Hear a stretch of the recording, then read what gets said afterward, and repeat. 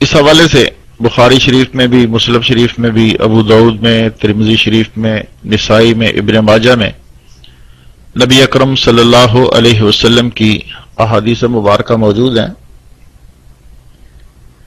کہ جب مدینہ طیبہ میں مسلمان آئے تو مسلمانوں نے دیکھا کہ یہودی لوگ جو ہیں وہ یوم عاشورہ کا روزہ رکھتے ہیں. یہودی لوگ جو ہیں یوم عاشورہ کا روزہ رکھتے ہیں. نبی صلی اللہ علیہ وسلم نے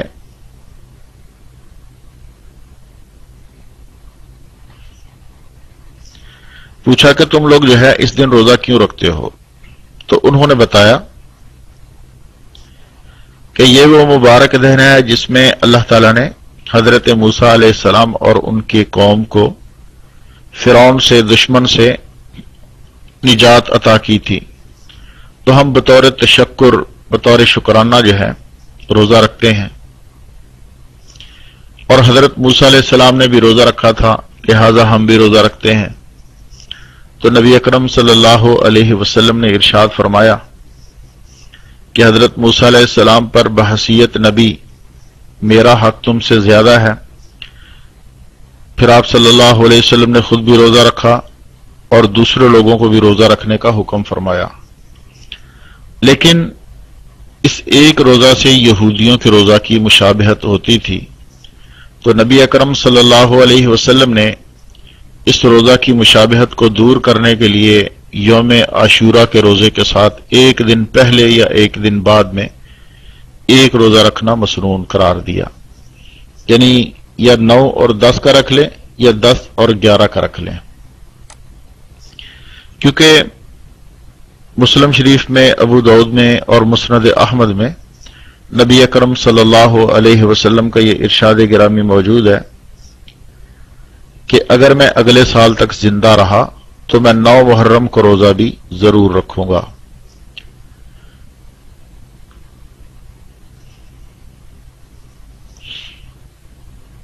لیکن حضرت ابن عباس رضی اللہ تعالی عنہ کا ارشاد گرامی ہے، عبداللہ بن عباس رضی اللہ تعالیٰ عنہ، وہ فرماتے ہیں کہ اگلا سال آنے سے پہلے ہی حضور صلی اللہ علیہ وسلم وفات پا گئے.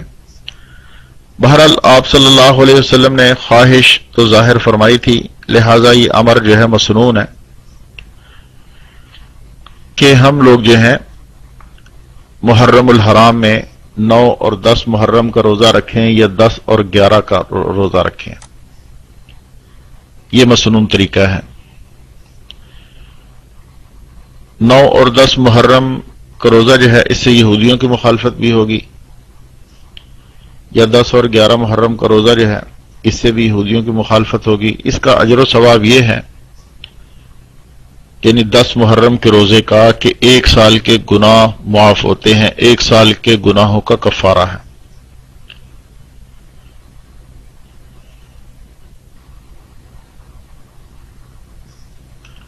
تو میرے بھائیوں،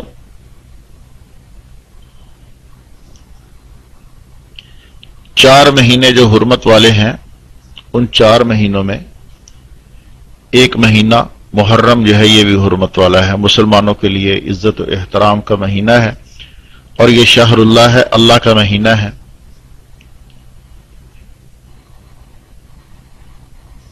تو ہمیں یوم عاشور کو روزہ رکھنا چاہیے، کیونکہ اس دن اللہ تعالیٰ نے حضرت موسیٰ علیہ السلام کو اور آپ کی قوم کو اس وقت کے ظالم حکمران فرعون سے اور اس کے لشکر سے نجات عطا فرمائی تھی. تو اس دن جو ہے حضرت موسیٰ علیہ السلام نے شکرانے کے طور پر روزہ رکھا تھا.